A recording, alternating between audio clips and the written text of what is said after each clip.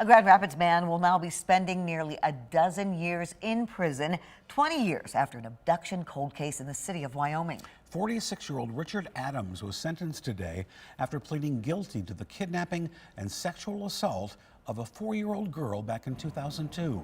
13 Under Side's Carla Byron is in the newsroom. And Carla, the survivor is now in her 20s and spoke out in court this afternoon. Geraldine Rivera says this sentencing, getting justice in this horrific case that happened to her, is a big step towards her healing. I want to first start this off by saying, I forgive you. Geraldine Rivera will forgive, but she will never forget the emotional and mental trauma 46-year-old Richard Adams caused her 20 years ago, when she was just 4 years old. I convinced myself that he was dead, and clearly he's not. And this is better than him being dead, because now you're going to go down for what you did to me. In August 2002, Rivera was kidnapped from her apartment and was sexually assaulted. She was then found almost 20 miles from where she was taken on a stranger's doorstep in northern Kent County. You did not let me go. I escaped. There was a difference.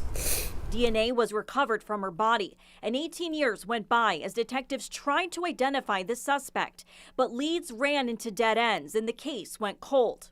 Finally, in 2020, there was a DNA match for Adams, who was arrested in a separate case in Allegan County.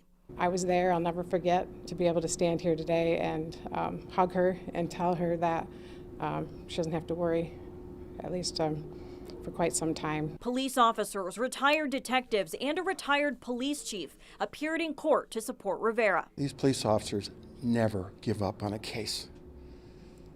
And I feel so wonderful for them that all their hard work is paid off to help her to start her healing.